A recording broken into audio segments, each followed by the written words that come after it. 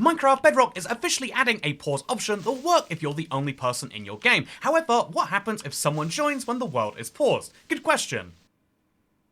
Oh no! Watch out, your game is no longer paused. A brand new pop-up message is what, apparently, which is a good reminder to turn your game on invite only if you want to use the pause, but you won't be able to in the brand new drop, the Garden Awakens, which was announced by Mojang with some of the coolest key art we've seen, with the name and release date shared at the exact same time on there, which is incredible until you realize that maybe the Garden Awakens isn't a name and it's just a statement or a tagline, and this got me thinking, so I went to the official announcement where they do actually say it is our next game drop, the Garden Awakens, and it's coming on December 3rd, but what's even more interesting is at the bottom here, they say, are you ready to expect the unexpected? Join us back here on Minecraft.net on December 3rd to discover everything you need to know about our 4th game drop and perhaps a few other surprises too. That's right, we're going to be getting something unexpected on December 3rd. I would worry this is just Minecraft announcing another piece of merch, but they've been going crazy with that anyway. There's the exploding RC creeper, there's the brand new Realms controller, which comes with an in-game code, and there's even these very adorable little Minecraft mini house kits that you can make into a pyramid house cookie kit or a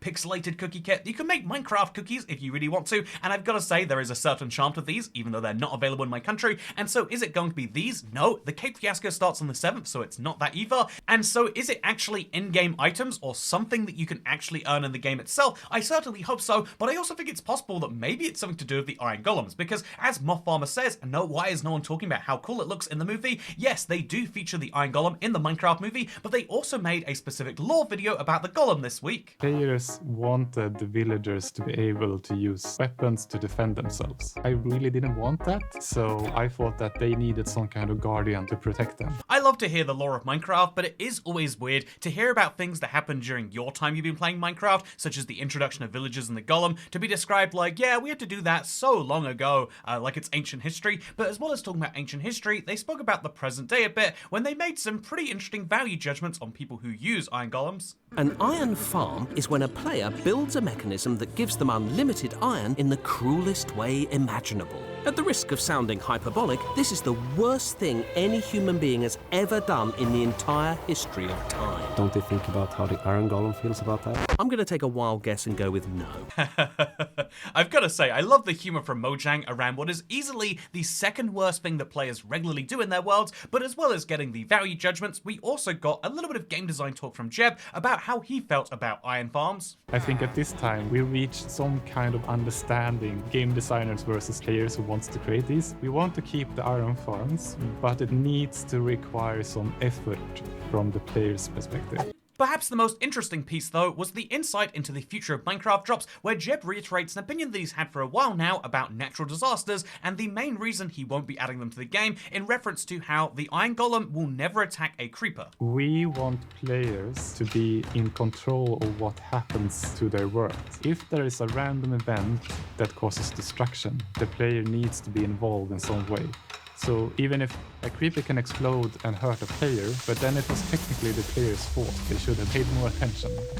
But if you have two mobs that interact with each other that causes destruction, then the players are unable to do much about it. I'm really glad that we won't be getting natural disasters in any future drops, because as cool as they are, I agree that a Minecraft world is what you've changed in it, and especially on this channel where we talk about long-term survival, I think that a long-term survival world should never get ruined by something outside of your control. And indeed, speaking of control in relation to drops, it's interesting because we kind of get to have this discussion about what Mojang might add next. One of the great things about the drop system versus the one-a-year update is we don't just have to say, yep, they're going to be working on that thing they announced 4 months ago for the next 8 months, but instead Mojang starts working on the next drop, and we get to have a fun discussion about what that might be, as insane as that seems, even though we're about to get one. And Wombo has a really interesting point, which is my problem with the drops isn't the amount of content right now. Usually we would only be halfway to having an update at this time of year. I just hope that perhaps after the 1.21 drops in summer, there is one main theme and the drops of the year are built around it. I think the drop system allows for more content, but if the content is all spread around MoFocus, then it won't feel that way.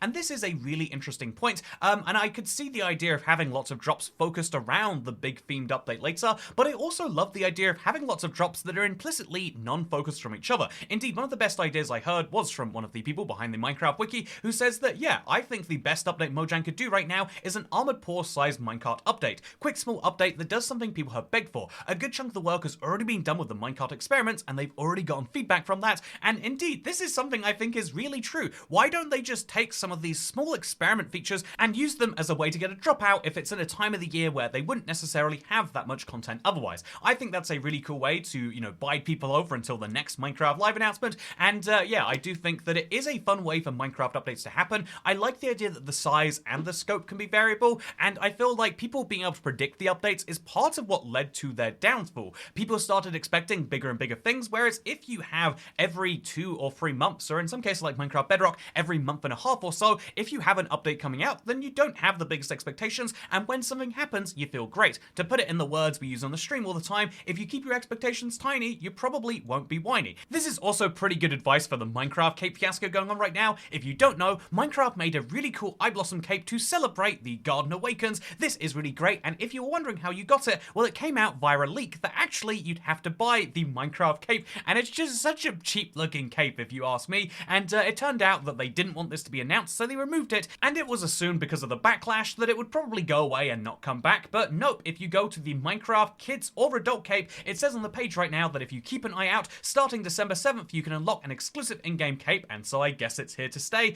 But here's the thing about it that I think Minecraft have probably underestimated. This is what the shipping policy says on the Minecraft website. In short, it says that there is a 30-day money-back guarantee on most items purchased, and any items that do not qualify will have special messaging on their individual product pages. And indeed, that means that all you have to do is return your cape and you'll get a full refund, and so it's sad because that makes this cape the opposite of what capes used to be, where it was a reward for doing something cool. Now this is a reward for doing something explicitly uncool. The overwhelming majority of capes, I imagine, will be from people who are going to ship them back as soon as they've got the code, and so that is kind of a bummer by itself, but it's even worse because, as Ryan says, if they want to sell capes, they should at least be available worldwide. By having a physical item that is on the Minecraft store, where they have policies for the UK, the EU, the US, I believe Canada too, there are lots of countries around the world that play Minecraft, especially Bedrock, that will not be able to get their hands on this cape, and so I just think that it would have been so cool if the Eye Blossom cape to celebrate the Garden Awakens would be coming in that drop itself. However, maybe that is still the case. I mean, if we go back to that original announcement, it does say that there's going to be some other surprises too, and Minecraft has been going cape crazy this year, so maybe this is a cape that you can get from buying it if you really want to, or for playing a server on the day, or for doing something else fun like that. I would love to see it, because Minecraft did start testing a live server event all the way back in September, and we still haven't seen what it's going to be, and so maybe it's something winter drop related. I don't know, as Robot Trucker says, I think there should be an unlockable cape on Bedrock that is obtained from killing the Ender Dragon or Wither. I love the idea of having an in-game achievement cape, because right now they're all for doing weird things outside of the game, and I would love it if there's just one that's like, oh yeah, this is the cape you get when you beat the game. It would encourage people to play the game, something that you should want if you are Mojang, but maybe I'm being crazy on that one. Speaking of being crazy on this one, Sleepy Wafflehead says, Toycat, can you make a video about the best things to buy on the marketplace for Block Friday? Fun fact, Block Friday is going on. It'll probably pop up in your game. There are sales of 75% on, I think it's like one item a day, and then there's a bunch of items, about 100, one from each marketplace partner, that are 33% off, and so I mean the most logical thing I'd recommend is get the best deal, the 75% thing, if it's something that interests you, but otherwise I'm going to have to do a plug for the Timeless Adventures. Do you want to experience Minecraft as if it's still the console edition, with all of the old size biomes and all of the limited size world and the music discount? Well, that's something you can do on the Timeless Adventures. The really fun thing about it is we are going to be updating it, and so there is going to be an update shortly after the Garden Awakens that will bring in the Pale Gardens, and so I think that's really fun to experience Legacy Console as if it was being updated and dropped in that fun way. And it's got lots of other references that you'll definitely enjoy, like the color palettes and everything else, especially if you used to play Minecraft Console. It's something I would 100% recommend checking out. It's on the marketplace right now for as long as Block Friday lasts.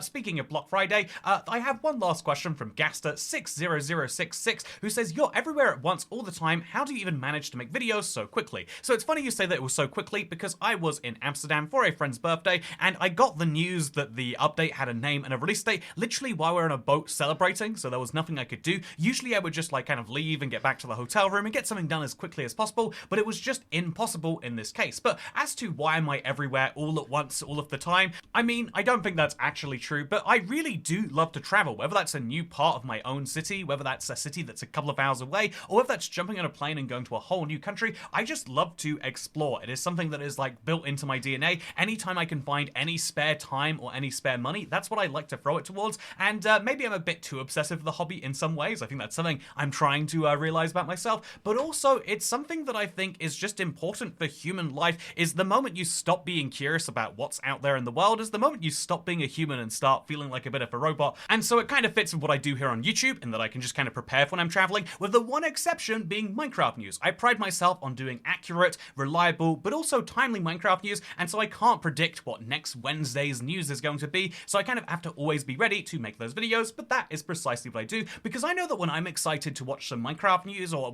some news of any type, whenever something big happens, I want to hear what YouTubers I watch have to say about it, so I prepare it in that way so that you can be prepared. And so similarly, The Garden Awakens is coming out next Tuesday, and this is going to be a big month for the channel because I'm not doing any amount of traveling whatsoever. I don't want to travel in November either, but it was literally a friend's birthday. I am going to be at home, and I'm going to be streaming most days. Streamless is beginning, but also we'll have some exciting Pale Garden seeds and lots of other fun things to help you prepare for this brand new drop, which is coming on Tuesday. It's so soon, it's so close, but yeah, I'm looking forward to it. Hopefully all of you are too, because I'll see you there. Goodbye.